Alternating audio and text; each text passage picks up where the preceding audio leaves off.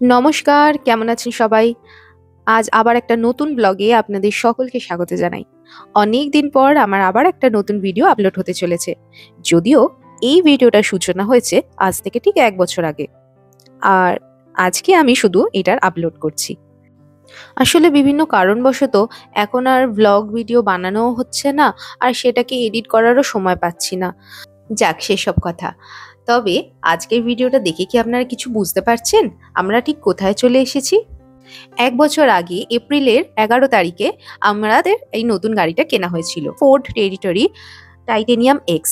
এই মডেলটা এই লাওসে নতুন এসেছিল, আর তাই জন্য যারা যারা এই মডেলটা কিনেছিল সেই সময় নতুন অবস্থায়, তো তাদেরকে একটা গ্র্যান্ড ট্রিপ দেওয়া হয়েছিল।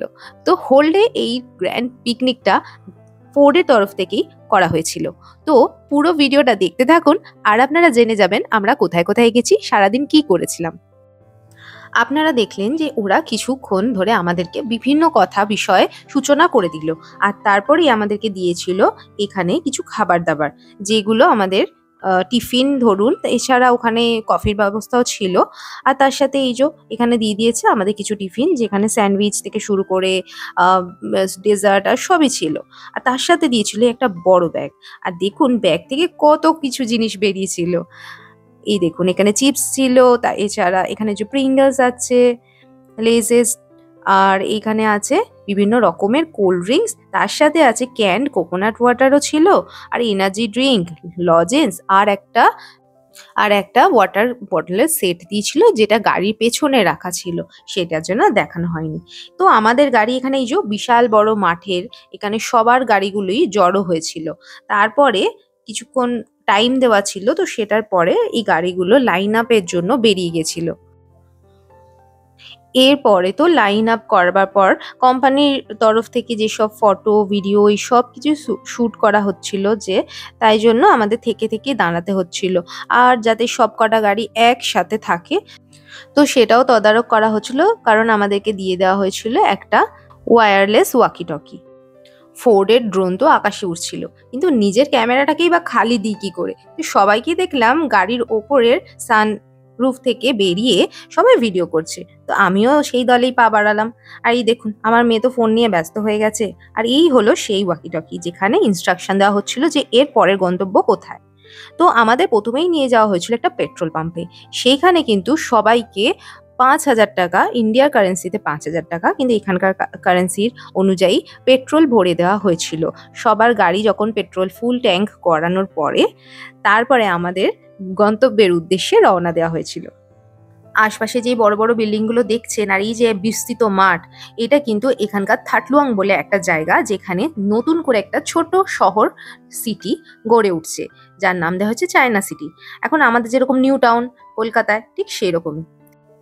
প্রায় 1 ঘন্টা গাড়ি চালিয়ে আমরা পৌঁছে গেছিলাম আমাদের প্রথম ডেস্টিনেশন, যেটা সেইখানে। এত বিশাল বড় বুদ্ধ আমি তো লাওসে আসার পর এই প্রথমবারই দেখলাম।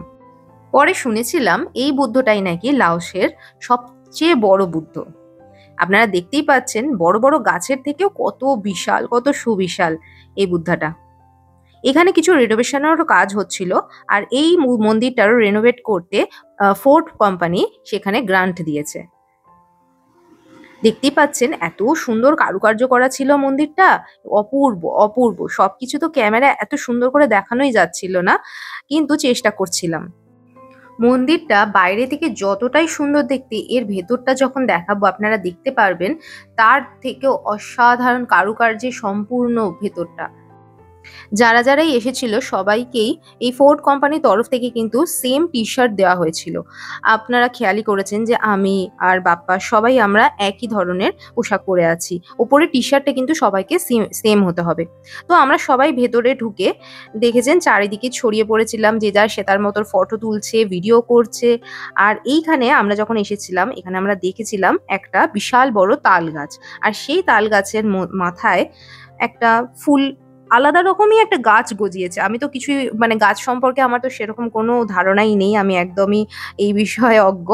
তো আশেপাশের লোকেরা যেটা বলেছিল, তো সেটাই শ্যামল এখানে তার জবানবন্দিতে দেবে, তো আপনারা সেটা শুনবেন। আর এখানে শুধু ওই বিশাল বুদ্ধ মন্দিরটাই নয়, আশেপাশে দেখতে পাচ্ছেন অনেকগুলো বুদ্ধার সুন্দর সুন্দর বিগ্রহ আছে। এত সুন্দর, প্রত্যেকটাই নিজেদের থেকে আলাদা আলাদা।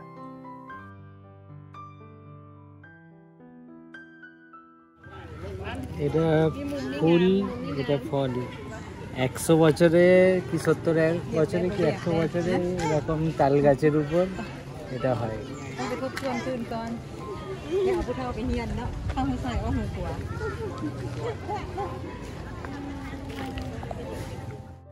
এবার আপনাদেরকে মন্দিরের ভেতরটা দেখাবো। এই দেখুন, বুদ্ধা মূর্তির নিচে থেকেই এই মন্দিরের ভেতরে ঢুকবার রাস্তা। আর তার ভেতরে দেখুন এত সুন্দর সুন্দর পেন্টিং, আর তার সাথে কারুকার্য অপূর্ব সুন্দর লাগছিল। বুদ্ধা মূর্তির সামনে তো একদম সবাই ফটো তোলার জন্য ভিড় জমিয়েছিল। তো আমি পাশ থেকে ওই জন্য আশপাশটা আগে ভিডিও করে নিচ্ছিলাম, যে সামনেটা ফাঁকা হলে তারপরে আমরা ফটো ভিডিও করব। ফোর্ডের তরফের এই হোল ডে ট্রিপটা আমাদেরকে দিয়েছিল আমাদের গাড়ি কেনার 1 মাস পরে। ঠিক 11ই মেতে আমরা গেছিলাম, 11ই মে 2024-এ।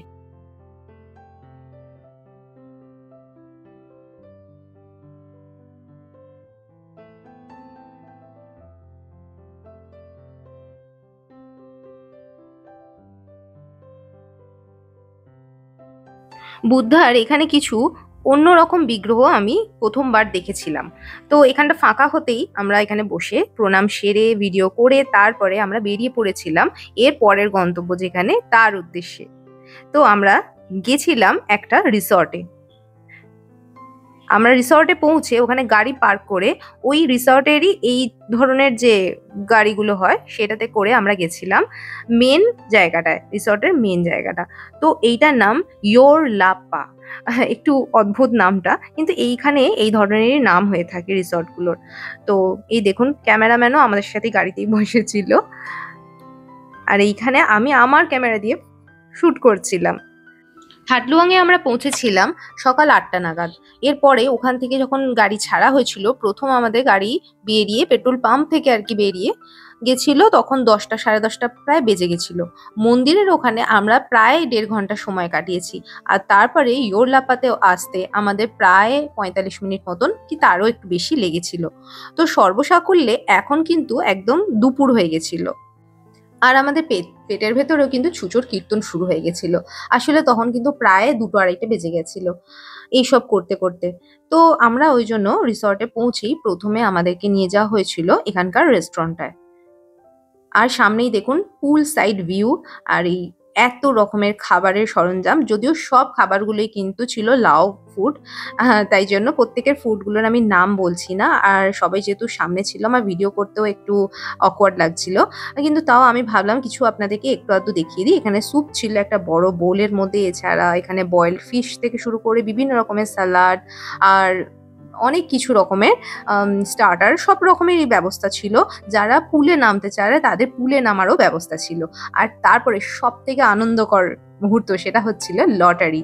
এখানে কিন্তু যতগুলো গাড়ি মানে সবার ফ্যামিলি এখানে আসা হচ্ছিল, তো প্রত্যেকের গাড়ি কারের নাম্বার ওয়াইজে কিন্তু লটারি হচ্ছিল। কারের যা নাম্বার প্লেটের যা নাম্বার সেই অনুযায়ী কিন্তু লটারি করা হচ্ছিল। আর তার সাথে ছিল অ্যাডভেঞ্চারাস রাইডিং এর সুযোগ। দুটো রাইডস এর মধ্যে যে কোনো একটা চুজ করা যাবে, সেই রাইডসটা করা যাবে। তো আমরা এটিভি রাইডিংটাই চুজ করেছিলাম। এই দেখুন, মেয়ে আলাদা, আমি আলাদা, আর শ্যামলও আলাদা একটা এটিভিতে বসেছে। যেহেতু আমি ড্রাইভ করতে পারি না, তাই আমার সাথে আর মেয়ের সাথে আলাদা আলাদা ড্রাইভার্স গেছিল। তো আমি এখানে পুরো জঙ্গলের ভিউটা আপনাদেরকে শো করছি। আর একটা যে অপশন ছিল, যে অন্য যে রাইডিংটা, সেটার আমি নাম যদিও জানি না, কিন্তু আপনাদেরকে আমি ভিডিওর মধ্যে শো করব। আর প্রথমেই ভিডিওর শুরুর দিকেও এই রাইডিং এর কিছু ক্লিপস আছে ভিডিওতেই, তো সেইখানেও আপনারা দেখতে পারবেন ওই রাইডিংসটা। যদিও আমি ওটার নাম জানি না বলে আমি সেটার নাম আমি উল্লেখ করতে পারছি না। কিন্তু লাইফে প্রথমবার এটিভি রাইড করে আমার কিন্তু দারুণ মজা লেগেছিল, আর ঠিক ততটাই আমার ভয়ও লেগেছিল।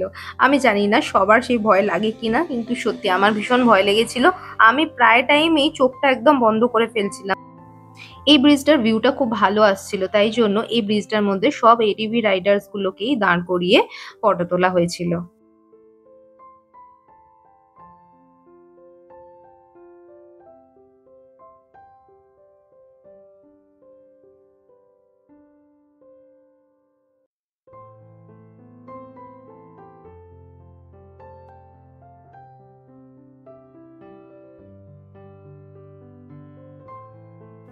লটারি প্রাইজ হিসেবে এখানে কিন্তু stand fan, rice cooker, induction, তার সাথে ইলেকট্রিক কেটল, আর সব থেকে ফার্স্ট প্রাইজ ছিল একটা মাইক্রোওয়েভ ওভেন। তো এত কিছুর মধ্যে আমরা পেয়েছিলাম একটা ইলেকট্রিক কেটল। আর প্রাইজ পাওয়ার পরেই সাথে সাথে গ্রুপের ফটো তোলা হচ্ছিল। সেই দিনটা আমাদের খুব ভালো কেটেছিল। আর আজকেও আপনাদের ভিডিওটা দেখে কেমন লাগলো অবশ্যই কমেন্টে জানাবেন। আমার কিন্তু আপনাদের সাথে আমার ভিডিওগুলো শেয়ার করতে ভীষণ ভালো লাগে। আমাদের কাটানো সময়গুলো আপনাদের সাথে শেয়ার করে নিতে আমার ভীষণ ভালো লাগে। কিন্তু এই সময়ের অভাবে আমি আমার ভিডিওগুলো ঠিকমতো করে উঠতে পারি না। তাই জন্য আমি সময় মতো আপলোডও করতে পারি না। এই ভিডিওটা যেরকম আগের করা পুরনো, সেরকমই অনেকগুলো ভিডিও কিন্তু আমার পড়েই আছে, কারণ এডিট করাই হচ্ছে না। তারপরে আপলোডটাই বা কখন করব, এডিটই যখন হয়নি। তো সেই কারণে আমার অনেকগুলো এরকম স্টক জমে গেছে। আমরা ইন্ডিয়া গেছিলাম লাস্ট ডিসেম্বরে, তো সেইখানেও আমরা অনেক জায়গা ঘুরেছি, যদিও সেইগুলোও কিন্তু আপলোড করা হয়নি। দেখি সময়ের সাথে সাথে সেগুলো করব। আর শেষের দিকে আমি কিছু ফটো অ্যাটাচ করেছি, আপনারা সব দেখবেন। সংসার সামলানোর সাথে সাথে আমি অ্যাস্ট্রোলজির কাজও করি। আর আমার একটা চ্যানেল আছে ইউটিউবে, আর ফেসবুকে পেজও আছে, মিরাকল অফ অ্যাস্ট্রোলজি, দুটোরই নাম। তো আপনারা যদি এখনও না সাবস্ক্রাইব করে থাকেন, প্লিজ আপনারা আমার ওই চ্যানেলটাকে সাবস্ক্রাইব করে নেবেন। আর সেখানে আমি কিন্তু আমার ভিডিও আপলোড করি, তো সেই সব নিয়েই একটু ব্যস্ত থাকি। আজকের ভিডিওটা আমি এখানেই শেষ করছি। আবার দেখা হবে নতুন একটা ভিডিও নিয়ে। ততদিন ভালো থাকবেন, সুস্থ থাকবেন আর সাবধানে থাকবেন।